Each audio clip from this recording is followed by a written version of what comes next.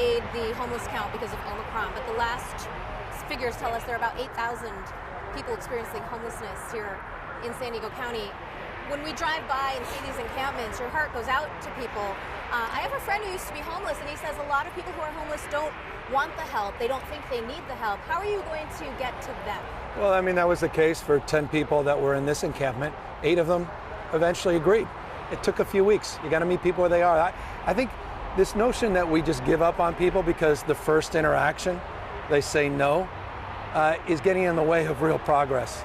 I don't think anyone wants to live out in the streets and sidewalks or next to a freeway. We saw rats all around here, needles all around, feces right here. No one wants to live in these conditions. No one does, truly.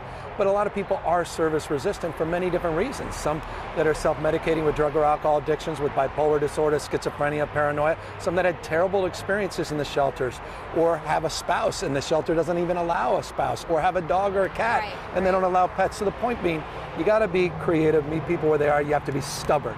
And we were stubborn. 3 weeks of outreach. 3 weeks, not 3 times in 3 weeks. Dozens of times, and we got here, and now it gives us the opportunity to clean things up and to do what people demand, and that is to deal with what we see all throughout, not just San Diego, but this state, because it's unacceptable. So when you talk about specifics, where did these 8 people go? How do you help them, and who's following their path? Well, this case, we have a nonprofit, a local nonprofit. Brad and his team are remarkable, well established here in San Diego, and they are providing a list of options for folks. We have all kinds of new state programs. State's never been involved in homelessness in the past. I mean, I think people need to understand that. And as a former mayor, I deeply understand it. Because when I was mayor, we were on our own. It was the cities and the counties. The state didn't invest. That's changed in the last couple of years. But what I recognize is not everything's gotten better. In fact, COVID made things worse, particularly relates to encampments. So let me be specific. The state put up $500 million in this year's budget, $500 million for resolution grants for cities to address the specific and unique issues in encampments, to address the underlying issues, to provide temporary shelter, to provide rapid rehousing, to provide drug treatment supports, at the same time to provide resources to clean the areas up as one of many interventions, $14 billion multi-year investments. So we have the people who have been living in encampments. There are also a number of, I believe the figure has doubled the last count, people who are experiencing homelessness for the first time because perhaps they lost their job, they can't make their rent payment, and affordable housing is behind that wave of, I think, first-time homeless people. Right. How are you helping that echelon? Well, in real time, $5.2 billion has been distributed to pay 100% of people's back rent as a prevention strategy. 145,000 households have had all their back rent taken care of, and water and electric utilities. We're putting more money in the budget. There'll be more money coming out of the legislature and announcements just in the next few weeks specifically. Our $14 billion multi-year homeless plan, again, 4 years ago, it wasn't $14, let alone $14 billion. Multi-year efforts are short-term, medium, and long-term, but they're focused on underlying issues, including prevention dollars, subsidies to help people that are on the margins that may end up homeless, and then an unprecedented investment. And this is, I know these numbers mean nothing to anybody, they want to see results, but $10.3 billion in grants and tax credits on affordable housing construction and starts. And forgive me, again, decades of neglect on housing and homelessness, but now focus and intention in ways we've never had in the past. People want to buy homes. They want to live in apartments.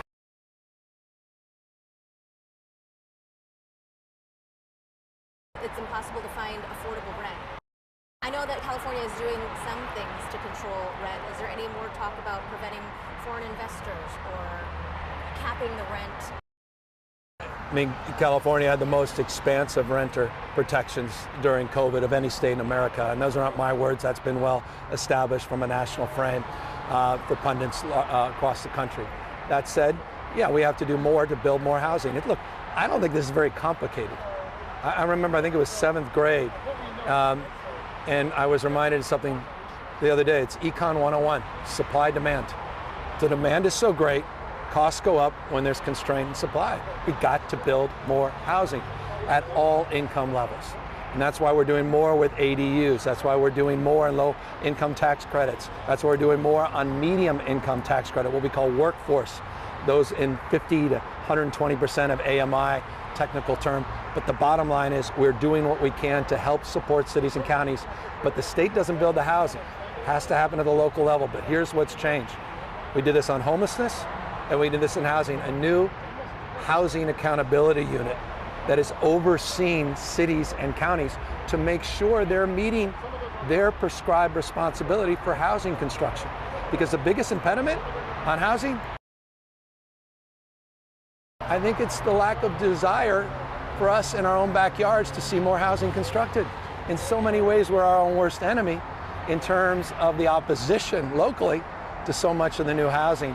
And so we want to drive an appropriate response to that by supporting the cities and counties in those efforts so we don't see so many projects killed, no housing produced, and cost of living continuing to rise. Why did you decide to come to San Diego specifically to talk about trying to make a dent in the homeless crisis? Because we got a great partner in Todd, Gloria, and it's not surprising he comes with so much experience in the legislature, so he knows how to ask the right questions. And he demands more from the governor and the legislative leaders, and he's getting more than ever. And we're just here to support, and we're here to highlight this is a statewide problem. It's not unique to San Diego. I was in the Central Valley yesterday, in Lamont, California.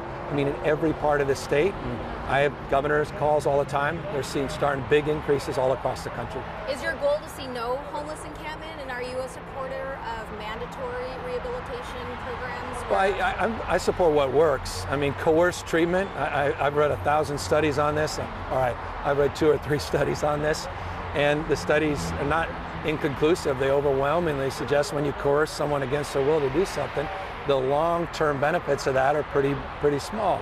So I want to be pragmatic, a lot of tools in the toolkit. We have more treatment programs. We're going to have more conservatorship focus. Literally, one of the biggest impediments we have right now is people that are incompetent to stand trial because they have decompensated, they're in and out of the criminal justice system, they have severe drug addictions, and they can't help themselves. And yet our rules are such that we have to step back, and maybe that's the least compassionate thing we can do, because then these people deteriorate. Many are dying on the streets. So we have to redefine compassion, and that's why we're going to redefine our conservatorship laws in the state. I know hotels are a big part of the program to get people off the streets. There was a lot of mismanagement during COVID on getting people who are homeless isolated in the hotel management program. I know that happens more at the local level, not at the state level, but how are you working to make sure that things are managed properly? In just 12 months, we got 58,000 people off the streets because of our expansion of this hotel program. It's remarkable. In just a year, 58,000 people. Do you know how many of those in San Diego? The mayor will be previewing that tonight, and I don't want to share it. But specific partners, I mean, not only were those short-term under room key, but 6,000+ units have been drawn down permanent under something called home key. And every week now we're putting out more grants for more home key acquisitions. We want to take that 6,000, we want to quadruple that specifically for home key.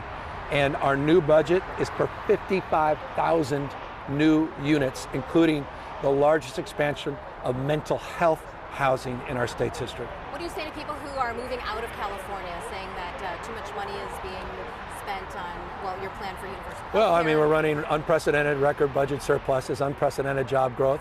5 years, we have the fastest growing economy of all Western democracies. 21% GDP growth over the last 5 years, outperforming the UK, Germany, France, outperforming the United States. More entrepreneurs and more scientists, engineers, researchers, San Diegans understand this, than any other part of the globe, more opportunities here than any other part of the globe. I say to them, I'd think twice about leaving the Golden State where the dream is still alive and well, and we're doing things we've never done in the past, including creating record investments in addressing the most stubborn and vexing issues in the state: affordability, housing, and homelessness. Critics will say that this will draw. Well, critics sit on the sidelines, point fingers. We're actually doing the work. They're welcome to come out here, the critics, and do what we just did. As long as I'm here, you're going to see a lot more of this. We're just winding up. Boy, you ain't seen nothing yet. unprecedented investment, multi-year, and I'll hold folks accountable. That's why I was out here cleaning things up myself. Thank you. One last thing was Nathan Fletcher supposed to be out here with you today? What's that? Was Nathan Fletcher supposed to be out here? No, he was not able to. And I know, obviously, I talked to him this morning, and I'll leave it at that. But he wasn't going to be able to make it, even if that didn't occur. Yes, no, I know. All right, thank you so much, Governor. Thank you. Appreciate your time. Thank you. Thank you so much.